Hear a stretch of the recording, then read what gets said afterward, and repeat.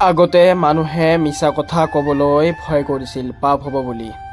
এতিয়া মানুহে সঁচা কথা ক'বলৈ ভয় কৰে বিপদ হ'ব বুলি। সঁচা কথা আৰু সত্যক কেতিয়াও ধ্বংস কৰিব নোৱাৰি। ভাল কিবা এটা কৰিবলৈ কেতিয়াও ভয় কৰিব নালাগে। যি ঘটিছিল সেয়া ভালৰ বাবে আছিল। বৰ্তমান যি ঘটি আছে সেয়াও ভালৰ বাবে, আৰু ভৱিষ্যতে যি ঘটিব সেয়াও ভালৰ বাবে হ'ব। ফলাফলৰ বাবে চিন্তা নহয়, সদায় নিজৰ কৰ্ম নিষ্ঠাৰে পালন কৰি যোৱা উচিত। পৃথিৱী পৰিৱৰ্তনশীল, বস্তু আৰু পৰিস্থিতি সময় সাপেক্ষে সলনি হ'বই। আমি আমাৰ চৌপাশৰ মানুহ বা অন্যান্য পৰিস্থিতি সদায় একেই থাকিব বুলি আশা কৰিব নালাগে।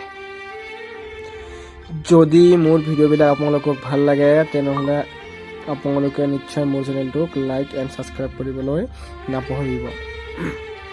আৰু আজিৰ ভিডিঅ'টো ইয়াতে সামৰিছোঁ।